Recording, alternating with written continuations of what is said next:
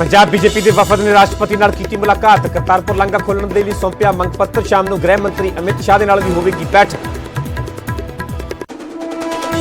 प्रदूषण नूं लैके सुप्रीम कोर्ट सख्त। केंद्र नूं कल पंजाब हरियाणा ते यूपी दे नाल एमरजेंसी मीटिंग करन दे दित्ते हुकम। चीफ जस्टिस ऑफ इंडिया ने पुछया सूबे ने प्रदूषण रोकण दे लई किहड़े कदम चुके। केंद्र सरकार ने सुप्रीम कोर्ट दे विच दायर हलफनामे दे विच कीता दावा। पराली दे नाल दिल्ली दे विच महज 4% ही हुंदा है प्रदूषण। पिछली सुनवाई दे विच सॉलिसिटर जनरल ने 30% प्रदूषण दे लई पराली नूं ठहराया सी जिम्मेवार। रोजगार नूं लैके मुख्यमंत्री चन्नी दा वड्डा ऐलान। सरकारी ते निजी सैक्टर दी नौकरियां दे विच पंजाबियों नूं मिलेगी पहल। हरियाणा दी तर्ज ते जल्द कानून लियाएगी सरकार। कैप्टन ब्रह्मिंदरा हुई पटियाला की सियासत। कौंसलर के बहाने शक्ति प्रदर्शन के जुटे कैप्टन ते ब्रह्मिंदरा। वड्डा सवाल किस दे खेमे विच हन पटियाला के कौंसलर। अकाली दल नूं गद्दार पार्टी कहण ते मुख्यमंत्री ते भड़के सुखदेव ढींडसा। बयान वापस लैण दी कीती मंग। माफी ना मंगण ते प्रदर्शन की दित्ती चेतावनी। रोडवेज के कच्चे मुलाजमां ने मुड़ खोलिया मोर्चा। पंजाब भर दे विच कीते जा रहे ने प्रदर्शन। सरकार ते लगाए वादा खिलाफी के इल्जाम। हरियाणा के सरकारी पेट्रोल पंपों से लगियां लंबियां लाइनां। निजी पेट्रोल पंपों की हड़ताल के कारण लोग परेशान। तेल पाउण के लिए घंटियां तक करना पै रहा इंतजार।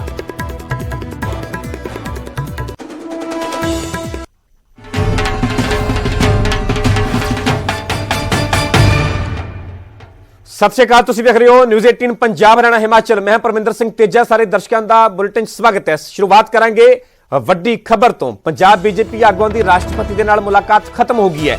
करतारपुर साहिब लांघा खोलण की पंजाब बीजेपी ने मंग की है। राष्ट्रपति को पंजाब बीजेपी के वलों मंग पत्र सौंपया गया। इस दौरान अश्विनी शर्मा, हरजीत गरेवाल, दुष्यंत गौतम ने मौजूद रहे, जिन्होंने वलों मंग पत्र सौंपया गया।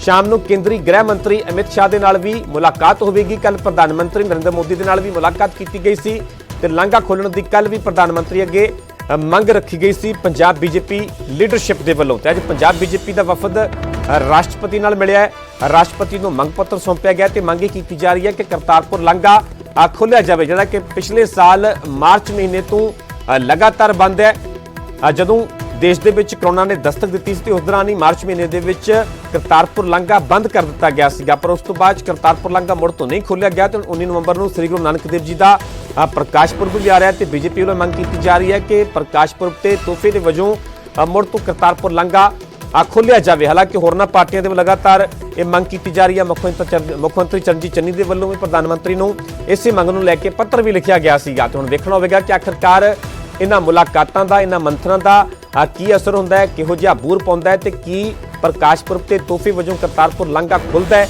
हुण ये वड्डा सवाल है। कुछ ही दिनों के विच ये भी साफ हो जाएगा, पर उम्मीद जरूर जताई जा रही है कि करतारपुर लांघा प्रकाश पुरब ते केंद्र सरकार के वलों खोलिया जा सकता है। तोहफे के वजों करतारपुर लांघा प्रकाश पुरब ते खुल सकता है।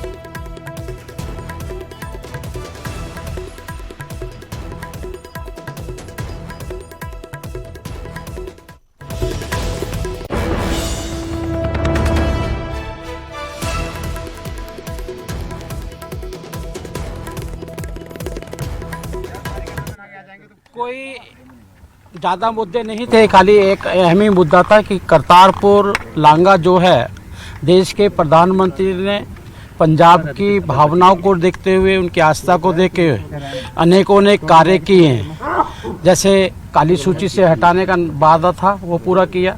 84 के दंगों को सजा देने वालों को उनको सजा देने के इसलिए पंजाब की अपेक्षा ज़्यादा थी। पीछे करतारपुर लांघा हमने खोला था जो कि आज़ादी के बाद लगातार उसकी मांग बढ़ रही थी। अनेकों ने राजनीतिक दलों ने राज तो किया, शासन किया और जनता का शोषण भी किया, उनको भीतरघात भी किया, लेकिन कभी उनकी आस्था को नहीं माना। देश के प्रधानमंत्री ने करतारपुर लांघा पीछे खोला था, सबके लिए बनाया गया था।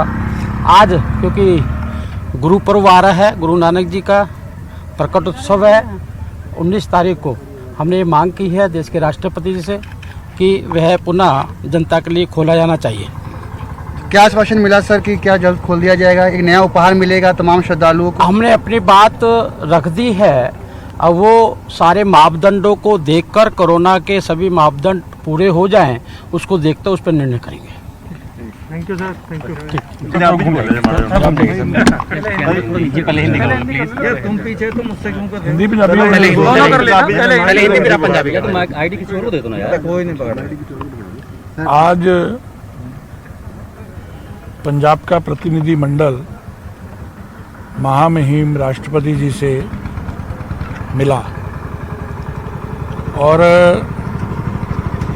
19 नवंबर को गुरु नानक जी का प्रकाश पर्व आ रहा है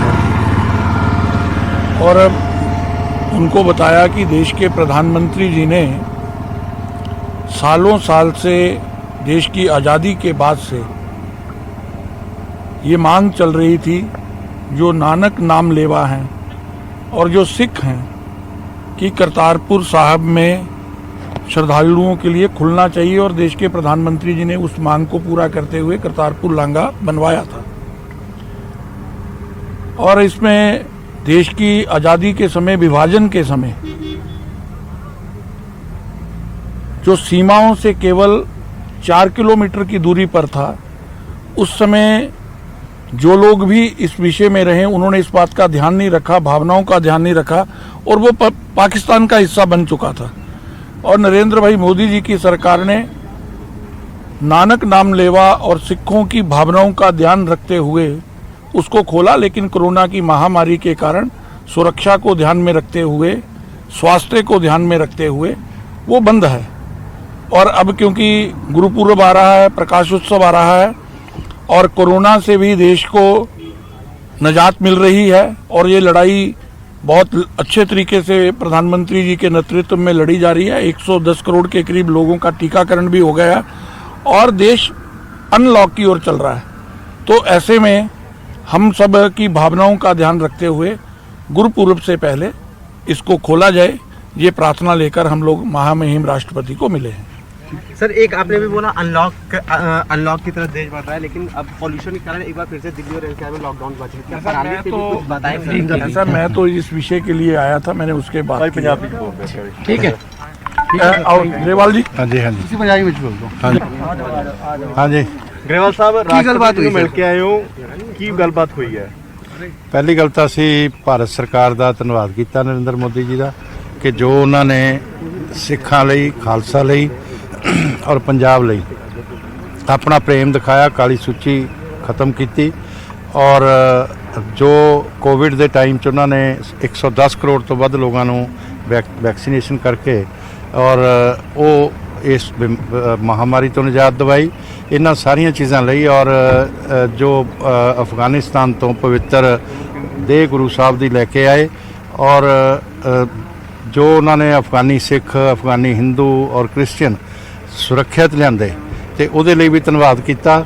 ਤੇ ਹੁਣ ਅਸੀਂ ਜਿਹੜਾ ਉਹਨਾਂ ਨੇ 700 ਕਰੋੜ ਰੁਪਇਆ ਬਾਰਡਰ ਦੇ ਕਿਸਾਨਾਂ ਲਈ ਜਾਰੀ ਕੀਤਾ ਭਾਰਤ ਸਰਕਾਰ ਨੇ, ਨਰਿੰਦਰ ਮੋਦੀ ਜੀ ਨੇ, ਉਹ ਜੋ ਕੰਡਿਆਲੀ ਤਾਰ ਦੇ ਪਾਰ ਖੇਤੀ ਕਰਦੇ ਆ, ਉਹ ਰਾਹਤ ਅਜੇ ਤੱਕ ਪੰਜਾਬ ਸਰਕਾਰ ਨੇ ਦਿੱਤੀ ਨਹੀਂ। ਅਸੀਂ ਉਹਨਾਂ ਨੂੰ ਕਿਹਾ ਕਿ ਉਹ ਜਲਦੀ ਉਹਨਾਂ ਨੂੰ ਦਿਲਵਾਓ।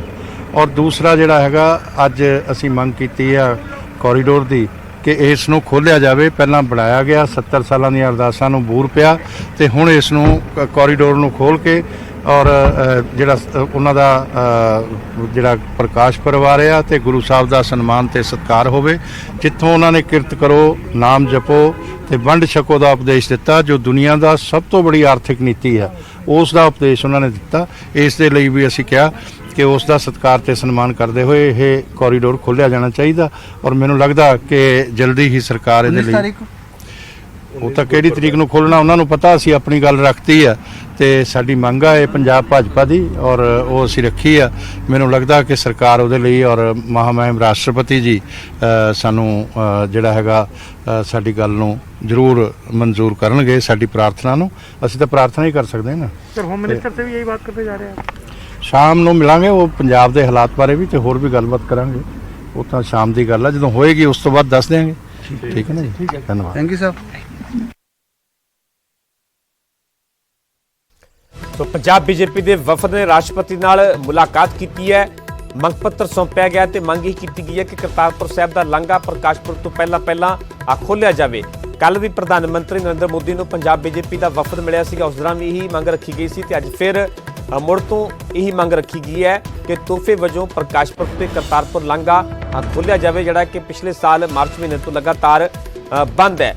ਸੋ ਕਰਤਾਰਪੁਰ ਲਾਂਘੇ ਨੂੰ ਲੈ ਕੇ ਪੰਜਾਬ ਬੀਜੇਪੀ ਲਗਾਤਾਰ ਸਰਗਰਮ ਨਜ਼ਰ ਆ ਰਹੀ ਹੈ। ਕੱਲ੍ਹ ਪ੍ਰਧਾਨ ਮੰਤਰੀ ਨਾਲ ਮੁਲਾਕਾਤ, ਅੱਜ ਰਾਸ਼ਟਰਪਤੀ ਨਾਲ ਮੁਲਾਕਾਤ, ਸ਼ਾਮ ਨੂੰ ਗ੍ਰਹਿ ਮੰਤਰੀ ਅਮਿਤ ਸ਼ਾਹ ਦੇ ਨਾਲ ਵੀ ਮੁਲਾਕਾਤ ਕੀਤੀ ਜਾਵੇਗੀ। ਸੋ ਪੰਜਾਬ ਬੀਜੇਪੀ ਦਾ ਵਫਦ ਇਸੇ ਮੁੱਦੇ ਤੇ ਸਰਗਰਮ ਨਜ਼ਰ ਆ ਰਿਹਾ। ਕੱਲ੍ਹ ਇਹ ਵਫਦ ਦਿੱਲੀ ਪਹੁੰਚਿਆ ਸੀਗਾ ਤੇ ਕੱਲ੍ਹ ਪ੍ਰਧਾਨ ਮੰਤਰੀ ਨਾਲ ਮੁਲਾਕਾਤ ਕੀਤੀ ਗਈ ਸੀ ਤੇ ਅੱਜ ਰਾਸ਼ਟਰਪਤੀ ਨਾਲ ਮੁਲਾਕਾਤ ਕੀਤੀ ਗਈ ਸੀ।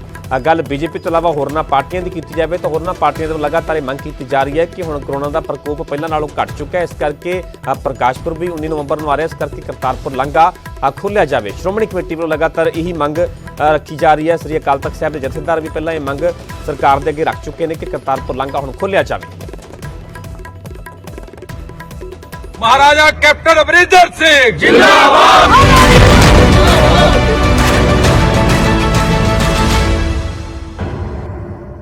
ਹੁਣ ਗੱਲ ਕਰਾਂਗੇ ਪੰਜਾਬ ਕਾਂਗਰਸ ਦੀ ਕੈਪਟਨ ਵਰਸਸ ਬ੍ਰਹਮ ਮਹਿੰਦਰਾ ਦੀ।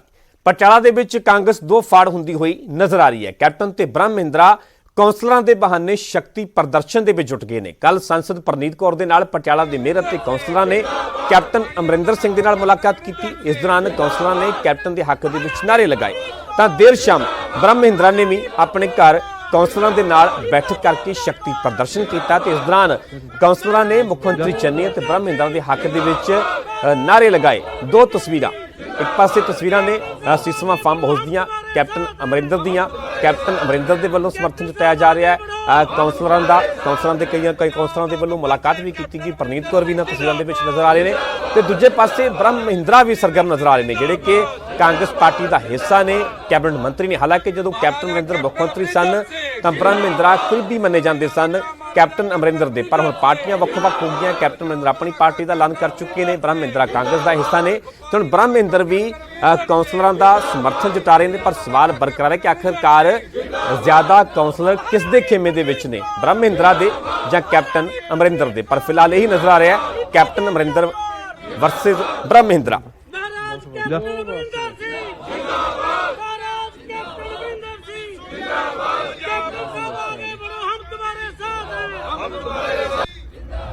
महाराजा कैप्टन अमरिंदर सिंह जिंदाबाद। किसानी दा राखा महाराजा कैप्टन अमरिंदर सिंह जिंदाबाद। पंजाब दा राखा कैप्टन अमरिंदर सिंह जिंदाबाद। व्यापारी दा राखा कैप्टन अमरिंदर सिंह जिंदाबाद। पानिया दा राखा कैप्टन अमरिंदर सिंह जिंदाबाद। महारानी प्रनीत कौर जिंदाबाद। महारानी प्रनीत कौर जिंदाबाद। दीपा जयेंद्र कौर जिंदाबाद। महाराज कैप्टन अमरिंदर सिंह जिंदाबाद। महाराज कैप्टन अमरिंदर सिंह जिंदाबाद। कैप्टन साहब आगे बढ़ो, हम तुम्हारे साथ हैं। हम तुम्हारे साथ हैं। कैप्टन साहब आगे बढ़ो, हम तुम्हारे साथ हैं। पंजाब दा बब्बर शेर कैप्टन अमरिंदर सिंह जिंदाबाद। जिंदाबाद जिंदाबाद। कैप्टन अमरिंदर सिंह जिंदाबाद। जिंदाबाद जिंदाबाद। श्री ब्रह्मेंद्र जिंदाबाद। श्रीमती सोनिया गांधी जिंदाबाद। श्री राहुल गांधी जिंदाबाद। प्रियंका गांधी जिंदाबाद। श्री ब्रह्मेंद्र जी जिंदाबाद। इंडियन नेशनल कांग्रेस जिंदाबाद। इंडियन नेशनल कांग्रेस जिंदाबाद। मुख्यमंत्री श्री चरणजीत सिंह चन्नी जी जिंदाबाद। मुख्यमंत्री श्री चरणजीत सिंह चन्नी जी जिंदाबाद। इंडियन नेशनल कांग्रेस जिंदाबाद। इंडियन नेशनल कांग्रेस जिंदाबाद। श्री ब्रह्म महेंद्रा जिंदाबाद। श्री ब्रह्मेंद्र जिंदाबाद। श्रीमती सोनिया गांधी जिंदाबाद। श्री राहुल गांधी जिंदाबाद। प्रियंका गांधी जिंदाबाद। श्री ब्रह्मेंद्र जी जिंदाबाद। इंडियन नेशनल कांग्रेस जिंदाबाद। इंडियन नेशनल कांग्रेस जिंदाबाद।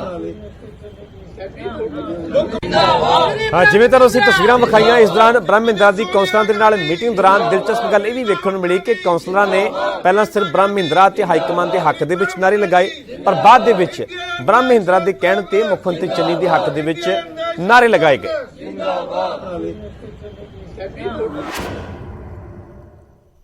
मुख्यमंत्री श्री चरणजीत सिंह चन्नी जी जिंदाबाद। मुख्यमंत्री श्री चरणजीत सिंह चन्नी जी जिंदाबाद। मुख्यमंत्री श्री चरणजीत सिंह चन्नी जी जिंदाबाद। मुख्यमंत्री श्री चरणजीत सिंह चन्नी जी जिंदाबाद। श्री ब्रह्मेंद्र जिंदाबाद। श्रीमती सोनिया गांधी जिंदाबाद। श्री राहुल गांधी जिंदाबाद, मेनका गांधी जिंदाबाद, श्री ब्रह्मेंद्र जी जिंदाबाद, इंडियन नेशनल कांग्रेस जिंदाबाद, इंडियन नेशनल कांग्रेस जिंदाबाद।